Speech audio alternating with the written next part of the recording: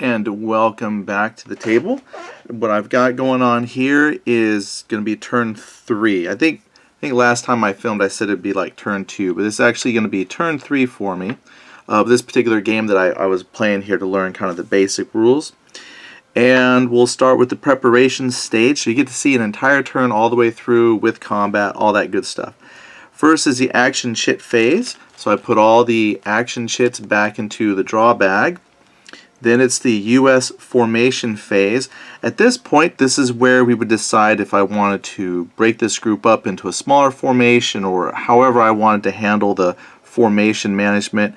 Also determine speed, which after taking some damage, the formation always moves at the speed. Well, you can move slower than, but the maximum speed is that of the slowest vessel. I could go 2, I could go 1, but we'll be at speed 5 because that is the slowest speed right now of the fastest ship. The Japanese, we are going to keep their formations. Their damage here for the heavy cruiser formation has been dropped to 5 because of some damage to the Hurutaka. And in the light formation, they're still going to be at speed 6. Now, one thing though before you hop into doing the Japanese, this would be the US freedom of action phase comes right after you assign your orders.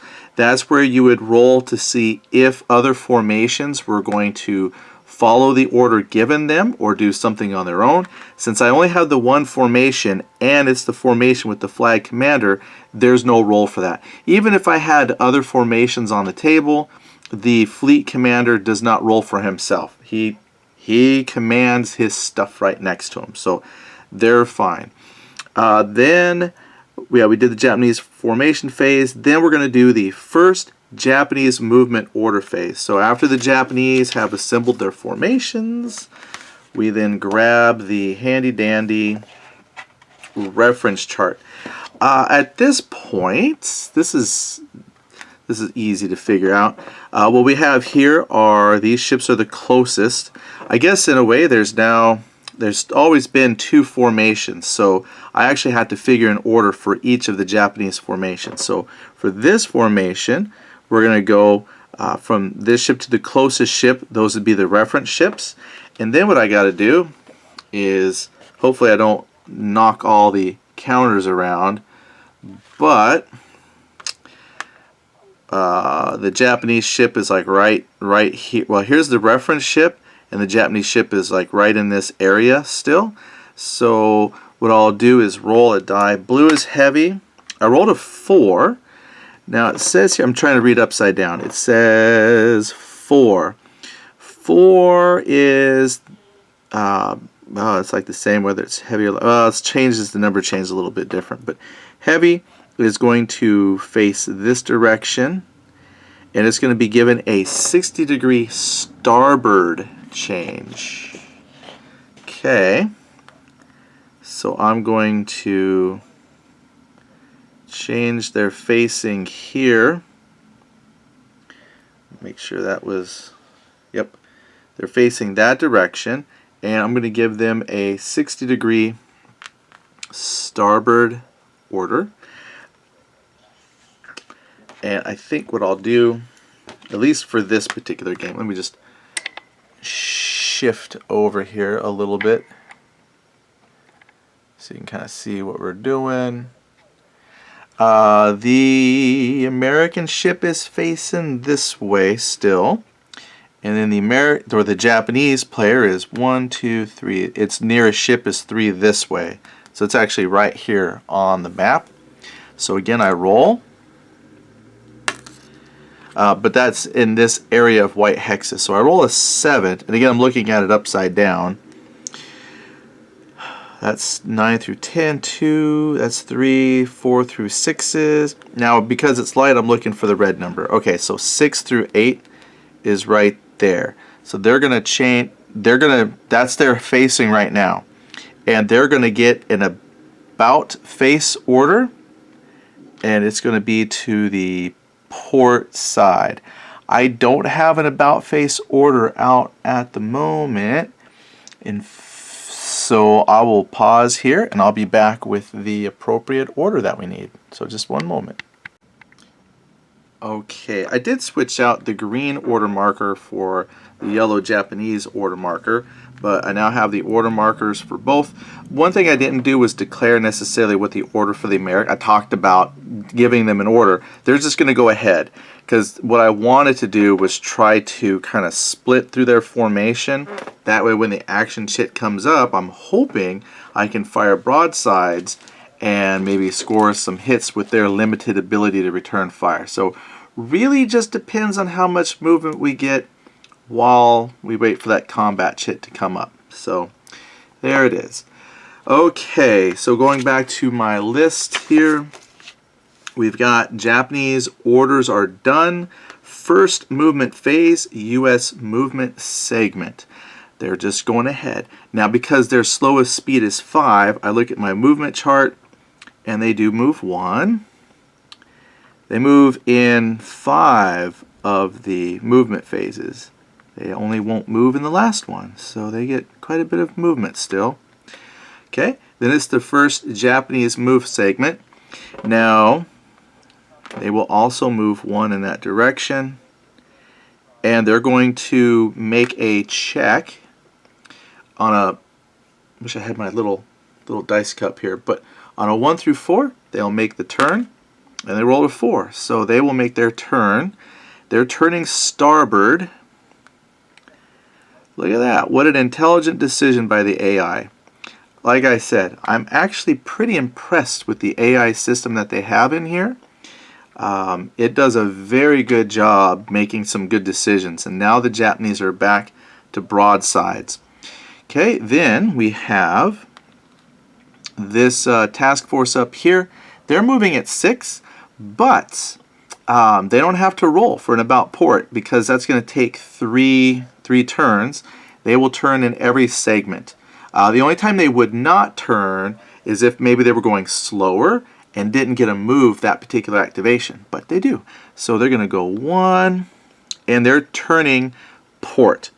So they've gone ahead and brought themselves back around to broadsides as well, and they lose their order. Yep, that little simple AI thing has turned out to be one of the best solo AI movement plotters I have seen. It works. Okay, then we would check the action shit. So we're going to randomly draw in the bag. I'm pretending that my eyes are closed, and I'm going to grab this one, and it reveals blank. Okay, that stays out of the bag. Then we go to the second movement phase. So the Americans move, and I didn't give them anything, so we're just going to be cruising right along here at speed 5. Then it's the Japanese movement segment, so they move right along, and they move, and we're just cruising right along, all parallel to each other now, which the Americans were hoping that wouldn't have happened. They wanted to catch the Japanese while they were angled away. Okay, then it's the third movement phase. So Americans, oh wait, gotta draw a chit. Don't forget to draw a chit. And stuck to my finger. Here we go. Nothing. Surprise, surprise. Okay. So here we go, third segment. The Americans go 1. Then the Japanese, they go there, and they go. Now we're just racing off the map board for whatever reason. I'll have to shift things around if this gets too far over. Okay. Action shit time. Action Jackson. Never mind. Just trying to make a joke. Action Jackson. I can't even say Action Jackson time. I don't even know why. Alright, here we go. Nothing on that side. It's all blank. Now, again, someone might be wondering, but Eddie, they're right there. Yep. That's the beauty of nighttime combat. Neither one of them wants to be seen, so they're doing everything they can not to be seen. and they weren't. Alright, so now it is the second Japanese movement orders phase. For the heavy group, these two ships will be the reference, and for the light group, this ship here, this stack, and those will be reference. Again, there is a marker you would put down to label each ship the reference ship, but I'm not going to use that. Again, I'm just trying to keep out as much as I can pulling counters. Okay. Here we go.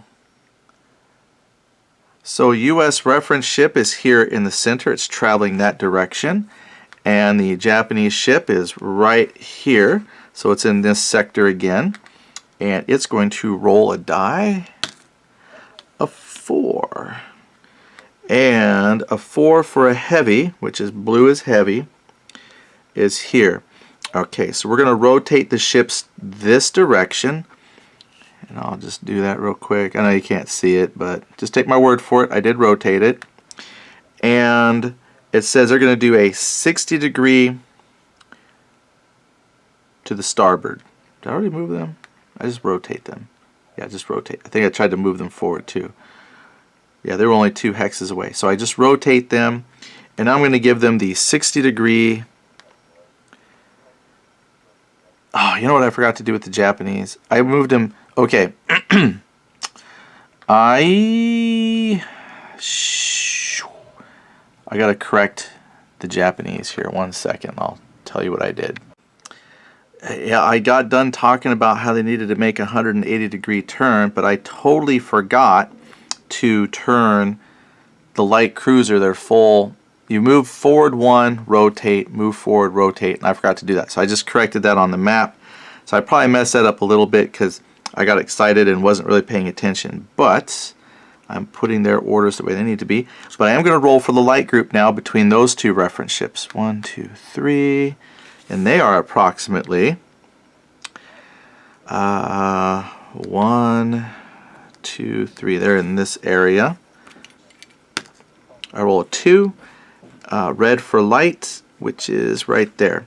So they're going to, they rotate to get their facing, and the order they're going to get is ahead. Okay, interesting. So they're going to drive on past broadside because AH is ahead. Okay, well, I fixed a mistake. I'm hoping to have put them back properly where they need it to be. So let's look at how that looks right now. So if I did this right, I tried to back up the light task force. They did a full about face. Let's see. They should have been, I think they originally were facing, oh no, then they turned. No, their first order, because they were facing that way, they should have gone 1, then turned here, 2, turn. Okay, they're actually, I overturned them. They're actually here. And then they're going to go ahead. Yep. I overturned them trying to correct it. But that should be correct now. And then they've got their order. We should be okay now. I got to do a better job. It's all about getting better. That's why it's important. I got to have that second person to catch me when I make mistakes. So hopefully I got that corrected. Alright, so now we've got, that was the second Japanese movement orders phase. Then we do the 4th movement phase. So the Americans move first, and they're just cruising right along. And this is segment 4 for them. And then it's the Japanese segment number 4. And they had an ahead, so they're just going to go this way now. Make sure they're lined up on the hex side. And this one, they're going to go forward 1. And then roll to see if they will execute their order. Roll a 5. So they're not going to execute the order this time. Yeah, this is something for them to be worried about. Well, I don't know if it's going to worry them. But if they move in segment 5 and still don't turn, if they don't move in turn segment number 6, they won't execute the order. Because you have to move in order to turn. So there's a chance that the Japanese player might get stuck here. So, you know, it is what it is. If you don't have the movement, you can't make the turn. Alright then, so now it's move segment, action chit time. I've pulled out 3 action chits, so we've got a pretty good chance of doing combat. Here we go. Nothing? Nothing. Still no combat. And I promise you, I've only got 2 chits left, so one of those will mean combat. Alright, so the Americans move. This will be the last time that they move this turn, because that will use up all their move points that they had. And then the Japanese player moves ahead, because they were on ahead. That's their speed 6. And then the Japanese player moves one more. And we'll roll to see if they execute a starboard turn. 5. So they do not execute the starboard turn. Alright, well, interesting. I will pause just to go back and check to see if... I'll do that now, just to make sure that that's the case, because that's how it normally is if you can't move in a segment, you can't execute the turn. So I just want to see if the Japanese absolutely need to make that maneuver. Alright, just a little bit of research. It does say that a Japanese formation that has a turn order but no movement in, like, say, the last turn segment or on that particular segment, it will still make the turn, so it will just rotate in place. One thing too with ships that go formations that do 180 degrees, they'll do the 180, but sometimes the battle chart will determine their new facing and then give the order. So one thing for me to remember is if the battle chart ever has them flip 180, like if I roll and it says the Japanese ships are now going to be facing this direction, 180 already, then they reduce their speed by 1 for that turn, and then they get their order. But it doesn't say reduce their speed if they conduct. I didn't see that if they go ahead and conduct the order. I guess over time they're, you know, turning in such a way as not to really reduce their speed. Then one thing for me to remember as the American player is when I decide to make a turn, I can turn prior to moving forward 1 or prior to moving after. It's just the Japanese player that will make their turn after moving forward 1. I can decide when to do that for the Americans. So just a couple points of movement for me to remember. So this was segment 5. He just made his roll to see if he'll turn, and he won't. So he'll move in the last segment even though he won't move forward, but he will make his turn. Alright, so let's draw. I've got 2 chits left in the bag. One of these should be combat. Well, one of them is combat, and the other one is not. So I am kind of twisting them around in my fingers, and we grab this one, and it's combat. Woohoo! That's probably what people want to see, is how the combat works. And it is a little involved. What's involved is determining who is shooting what at who. Once that's all done, then the actual combat part isn't too bad. Now, we would check for torpedoes. My destroyer, the only ship I do have a destroyer right there, but Japanese will do their fighting first. And I think there was a little chart for that. That's the movement. No, okay. So we'll check for Japanese here. Alright, let me double check on the combat sequence here. I don't see that on the chart. I'm going to just double check in the book. Alright, so I just wanted to check. So Japanese will make all of their attacks. They'll check all their torpedo attacks first, then they'll check all the gunnery attacks. Then the Americans will do the same. There is a first and segment torpedo salvo time, and then the Americans will go through that process, and then there's only 1 gunnery segment. So let's start with the Japanese. First thing I'm doing is seeing who all has torpedoes remaining. And I only had the Tenru. Tenru has torpedoes left. Okay, that's the finding the Tenru. I'm just going to stick that one on top of the list here. Alright, there's Tenru, so I don't forget about it. Don't forget about me. And without showing you the chart, moving the camera, it does have one salvo of centerline torpedoes left. And then after that, all torpedoes on all ships have been used. Alright, so let's calculate that out. We're going to check the target, and it's going to be the closest target first. 1, 2, 3, 1, 2, 3. So when there's equal distance, we can randomly decide. So we'll say this stack is 1 through 5, this stack will be 6 through 10. So it's going to attack the Salt Lake City, which is good because the flagship Northampton is taking quite a bit of a beating, and I really don't want to take torpedoes too. Okay, so then I've got my little target marker, so I'm going to put, where is it? Target A, and the Tenru is going to be attack A. That would be a lot more beneficial later on when we have lots of things shooting. Right now, since that's the only torpedo attack, it's probably not needed, but just to get into keep the habit.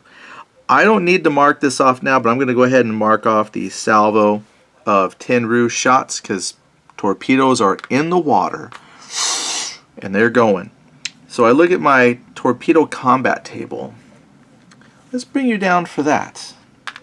Let's take a look. Now that we know the combatants, let's see if we can put that on camera a little bit. Yeah, that's pretty good. Now they do have a lot of stuff to help remind you. Torpedo attacks are 1 to 3 hexes. Alright, so if we look at the requirements to attack. So attacking ship must have torpedo salvos. We do. Line of fire must be clear. No friendly ships between the attacker and target. There is none. Target must be within visual fire detection range. They are easily within 10. Attacker cannot fire at a target occupying the same hex. They are not. So torpedo range is 3. That is short range. U.S. cannot fire beyond medium. Japanese do not fire at extreme range nor at DDs at long range. Okay, we're fine. Okay, we got that part. Number of Japanese torpedo salvos to fire per attack. So if there is no other ship, if no other ship is attacking the target, it could fire, like if it had 2 eligible salvos to fire, it could fire both salvos. The Tenru only has 1 salvo left, so it's just going to be 1 salvo. Like if it's attacking at medium, so there's rules for how many salvos it will fire based on how many salvos the ship has. But I've only got 1. Target allocation that goes through the target. So select single eligible attacker closest to any U.S. ship, whether the U.S. ship is eligible target or not.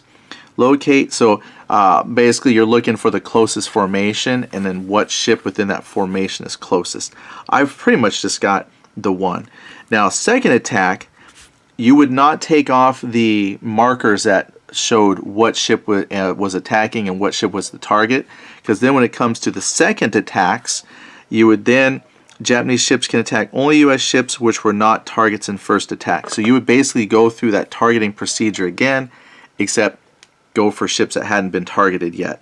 So those attack and target markers only come off after both torpedo phases are done.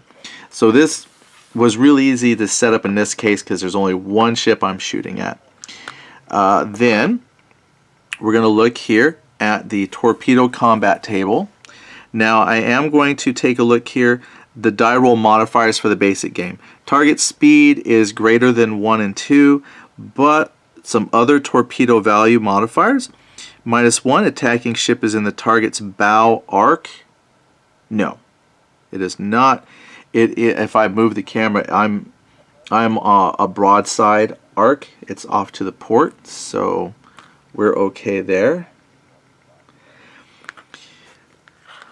Attacking ship is in the target stern. Nope. +2, Japanese ship is attacking at short range. Yes, it is. 0, Japanese ship is attacking at medium range. Then there's a penalty, Japanese ship is attacking at long range. It is not. 0, U.S. ship is attacking at short range, so no modifier for them. And -1 if they're attacking at medium range. So the Japanese player actually gets to add 2. His salvo value for the torpedoes is a 3. So that's basically the combat value we start with. We then modify that there, so it's actually going to be a 5. Now what I do is I roll the die 10. I rolled a 10. Well, that sucks for them. And they score 5 damage points. Ooh, so the Salt Lake, that's going to hurt.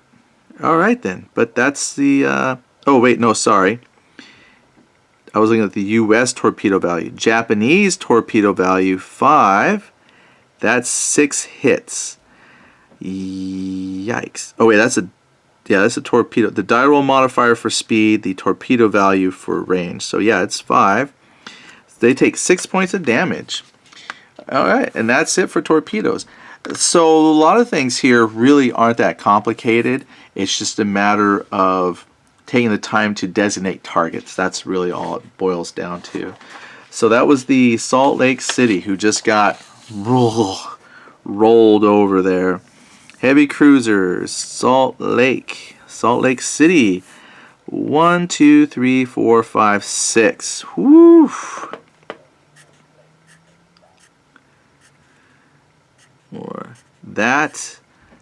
That caught all those torpedoes there.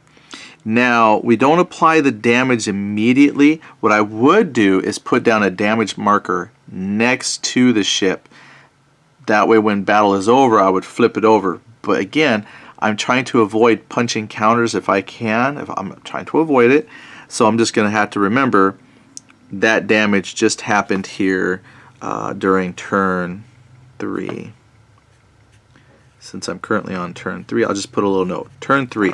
The other ships that have damage marked, I will apply their effects because they've already happened previously, but they won't have to apply it. Once this turn is over, I'll just erase the turn 3, so the damage will apply. They'll get to fire back at full strength, but going into the next phase, like next turn when the next combat occurs, they'll be hurting. This will also affect speed at the end of the turn too, so that's pretty bad. So they're going to lose 3 speed. Okay, well, there's the torpedoes, and there's no torpedoes for the Americans, and there's no second torpedoes from the Japanese. So all torpedoes have been fired up. Then we do gunnery. Let me get back to the Japanese ships here. Gunnery, it's pretty much the same as far as we got to determine targets. And I'm going to move this back. And we actually have maybe a few more options with that. Let's find a good height for you all. That looks pretty good. But it's going to be pretty much the same thing. We're going to look for closest targets. Once a target has 2 people shooting at it, it will look for the next closest target. So I like that because that prevents the player from like just sending out a sacrificial ship and then having all the Japanese target that one sacrificial ship. The AI for the Japanese wants to make sure that the gunnery is spread around so it has a chance to pepper everything. That makes sense to me. So we'll start down here with the heavy formation. And yeah, it doesn't matter which ship we start with exactly here. I guess maybe you would start with the closest to closest. So we'll go back up here to the closest to closest. Now the Tenru, I'm going to put these kind of side by side. This is where I wish, man, if these hexes were just a little bit bigger. Just a little bit. So Tenru can either shoot at this stack or this stack. So 1 through 5 is there. 6 through 10, he'll go back to the Salt Lake. He rolls a 2. Now there's 2 ships in here. 1 through 5 is the Northampton. 6 through 10 is the bottom one. They roll a 10. So I'm going to spread them out just a little bit and try to remember those are both there in that one hex. Alright, so the Tenru is going to go attack. They're the attacker, and that is the recipient. Then the Yubari do the same thing. So 1 through 5, 6 through 10, rolls an 8. So the Yubari, because they're closest, I mean at some point they very well, if there was no other ships, they would have started with that same one. But since those are equal distance, I went ahead and just randomly determined which one he's going to attack. That seemed legitimate.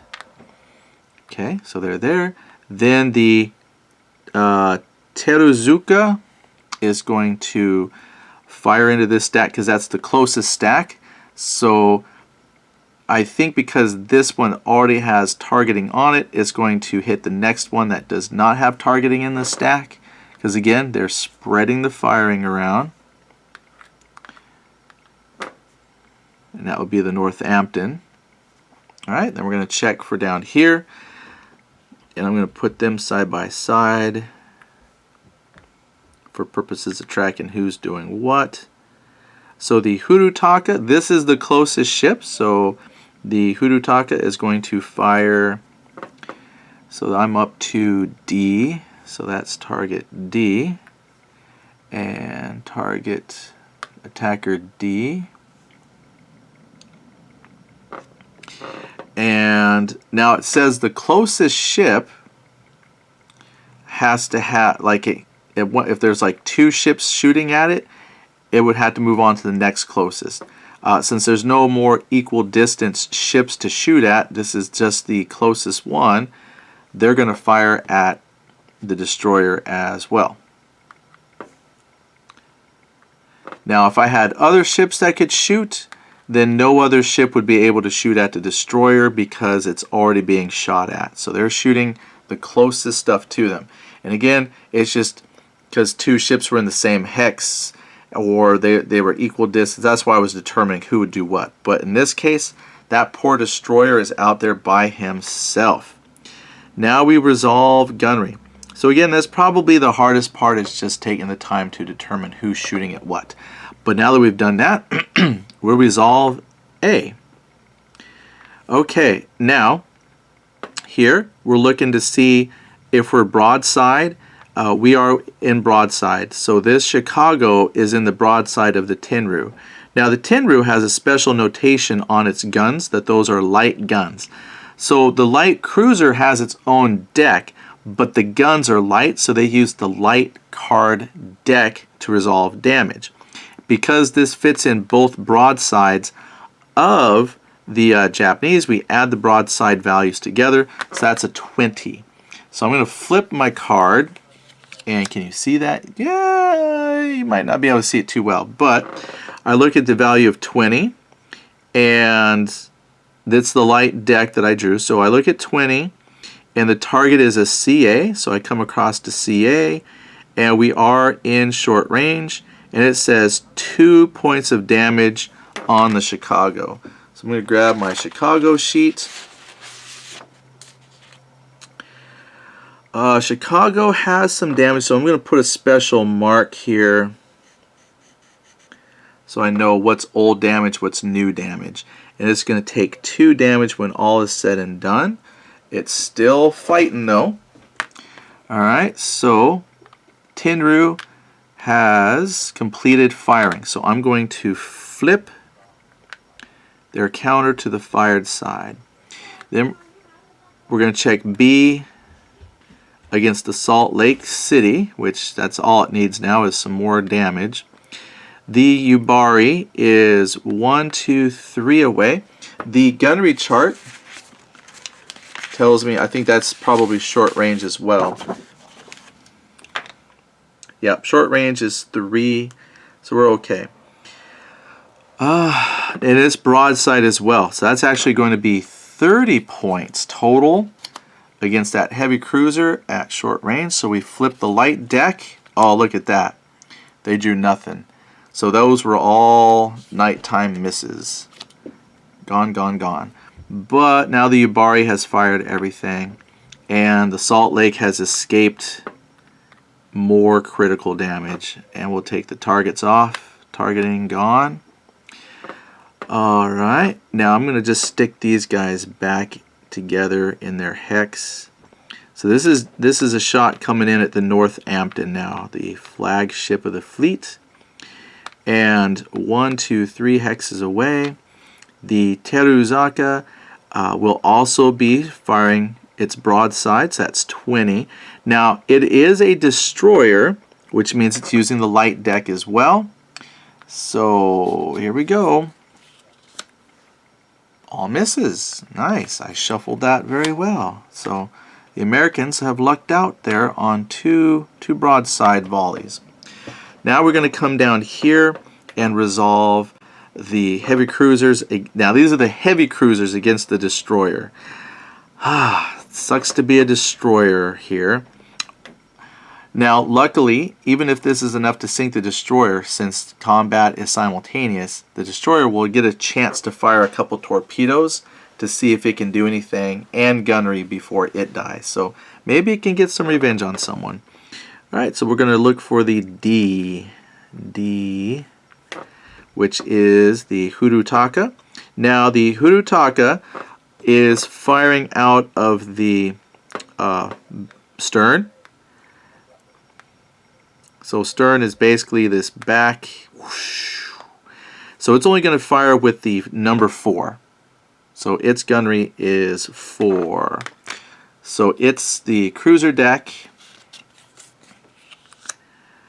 Now let's check range. 1, 2, 3, 4. Yeah, 4 is medium range. So we look here. 4 gunnery. That falls down to the 3. Because 4 is greater than 3 but less than 6. So 4 gunnery. Let me check if there's any. Hold on. One thing I did forget to do was check to remind myself if these ships have damage. And if I remember, the Hurutaka. Yeah, the Hurutaka took damage last time. So it actually shifts its combat down. Which means it would just shift right off the table, essentially. Plus the destroyer, being at medium range, would take no damage anyway. Oh, phone call.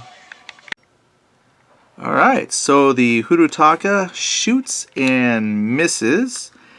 And so we're past torpedoes, we've now done gunnery, so we'll flip that to its fired side. So the D's come off, so that destroyer gets away. And then we're going to check from the Kinugasa. I'm not doing very good reading upside down. And again, it's missing if it's a sa or a se or a she. So Kinugasa, I'll just go with a ga sound. Kinugasa, sa sound. Alright, but anyway, it's going to shoot at this destroyer. Same thing. It's going to be medium range with a gunnery factor of 4 because it's just firing out the stern, which is a miss. So the destroyer did okay. It is doing very good on evasive maneuvers, and we'll flip that to fired. Now,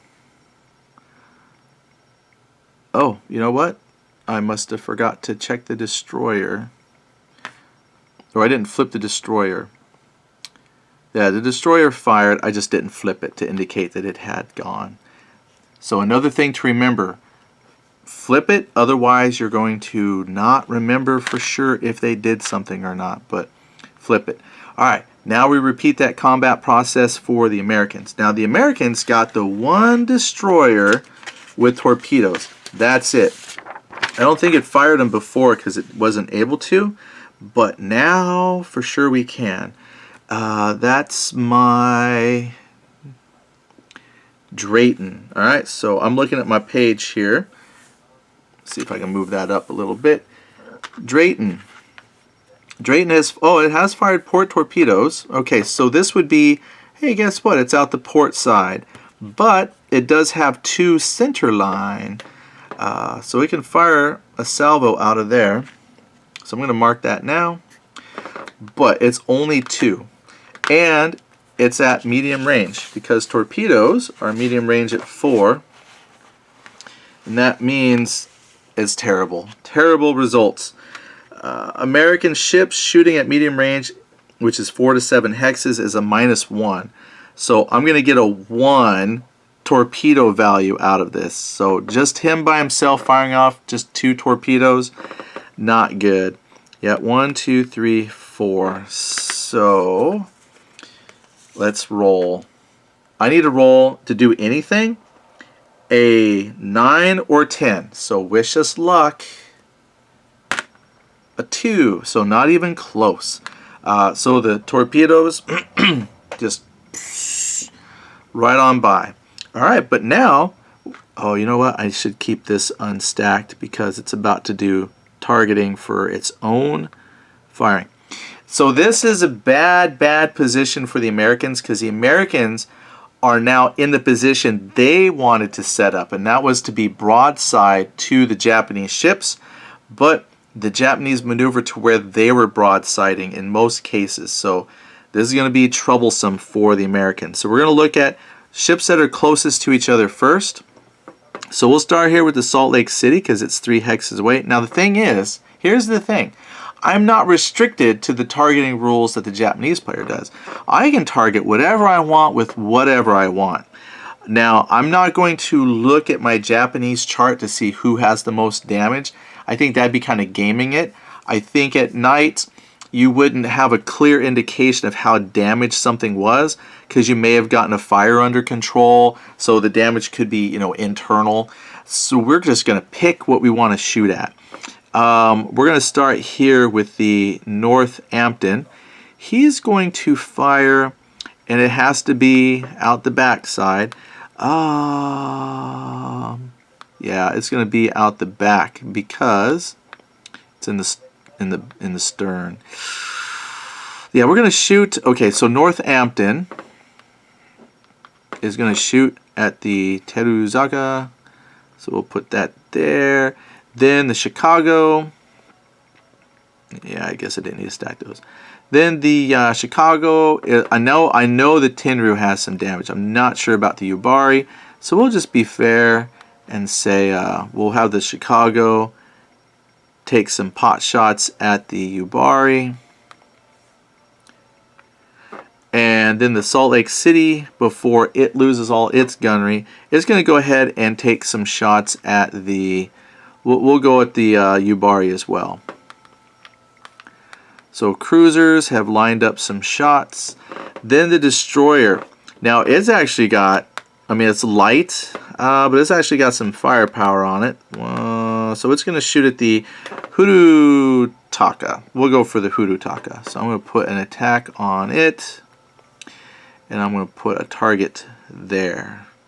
Boom. Like that. Plotted. Alright. Now let's resolve the attack. Northampton. Again, stern only has a 4 gunnery value. However, it is at short range. So let's see if there's any gunnery bonus at short range for the Americans. Distance. No, there's no bonus for that. That's what's built into the chart there. So anyway, Northampton is going to fire 1, 2, 3 away. Its target is going to be... Oh, it's shooting the destroyer. So I flip the deck, which you can kind of see here. Why don't I just shift this over a little bit? Sweet. Now you can see the combat cards. All right. So we have the target is a destroyer with 4 at short range. It does 3 damage. So it does 3 damage to the Teruzaka. Let me find the Japanese destroyer page. It's on here somewhere. There it is. I did 3. 1, 2, 3. It now has... I had to go through and figure speed, but it's got a reduction in his speed of 2. He's only got a little bit of health left. Plus that would be for future gunnery -2. So we've affected his mobility and gunnery. Alright, well, good. They need all the hits on them Japanese ships that they can get. Then we have the Chicago is now going to be firing at the Yubari. It's also 3 away, so at short range, only firing 4, but the target is a light cruiser. So we're going to look, oh, no hits there. So all of its gunnery missed. Okay. I'm going to go ahead flip them because that stack has fired. So we'll go ahead and restack them. All gunnery is done, so I guess this would be a okay safe time to stack. So they'll stack. Okay, C then is the Salt Lake City. Now I did forget to check if they ever had any previous damage. Salt Lake City does not have to apply the damage it took because this is a simultaneous, right? But we know they got wrecked. Next combat phase they do, yeah, they're going to have big penalties. So for now, do the shooting while you can. And luckily, Salt Lake City has a gunnery factor of 8. So they get to fire with their full, and they're firing at the Yubari as well. So it's going to be 8 against a light cruiser at short range. It's only 2 damage points, but that is 2 damage to the Yubari. So the Yubari in my light cruiser section takes 2 damage. Whoo! That destroyer has more health than that light cruiser. Okay, well, that light cruiser has some penalties coming up. So we'll have to calculate new speeds and penalties for folks here when it's all said and done. Okay, so C comes off. He'll flip, and I'll just restack. Alrighty. And then finally the destroyer at medium range is shooting at the Hurutaka. Now because it's in the broadside of that destroyer, it adds both values together. So it has a 20 total, but it is a light ship, so it's going to use the light ship values, which is nothing. It's another poorly drawn card, so nothing happening there against that heavy cruiser. Destroyer shooting gun at heavy cruiser rarely works to their advantage. Alright, so I'll stack him back up. He'll flip. They have fired. That is combat. We'll finish out this turn. Now that combat is done, we would then...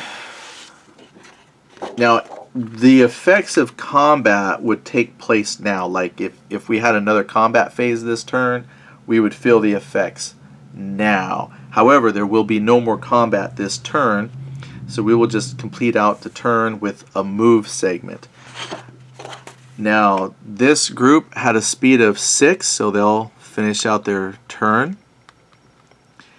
The Americans, I guess if I just restacked them real quick, they were a speed 5, so there's no movement for speed 5 ships this segment. Same with the Japanese. However, the Japanese player will still execute their starboard turn. So I just do 160 degree, boom. They are now broadside. Luckily, they didn't roll to this would have been more devastating had they turned, and then they could have brought a full broadside. So luckily, that didn't execute until just now. But they're speed 5. Alright, so that, then, you know, I could draw the last action chip, but it's blank. So we'll skip that part. Now the terminal stage. This is where if, well, as a solo player, you just got to do a little bit of looking. Okay, so the Yubari has lost 3. Like it's down to a 3, which means its maximum speed goes from 7 to a 4. All right, I'm going to grab some speed chits and things like that because we now have some new numbers to play with, and then I'll show you how we ended up here at the end. Alright, so just a quick summary of damage and what that has done. The Japanese heavy formation, they didn't suffer any damage this turn, so they're still going to be speed 5. The American formation, they suffered quite a bit. Not the Drayton, but the... why did I put the Salt Lake in there? Salt Lake was in its own thing. Oops. But the Salt Lake, it took quite a bit of damage, which dropped the overall formation speed to 3. Now, during the next turn, if I wanted, I could break this off into its own formation, but since we're not doing a particular mission or anything like that, we're just going to ignore it. Then the light cruisers for the Japanese, they did take a little bit of damage. They also took a 3, but their maximum speed, well, actually, you know, they're going to be at speed 3 as well, because the Tenru is the slowest ship in that formation. And so, you know what? Hold on a second. Who took that damage? Tenru, right? I think the Tenru took it. I may have to make an adjustment there.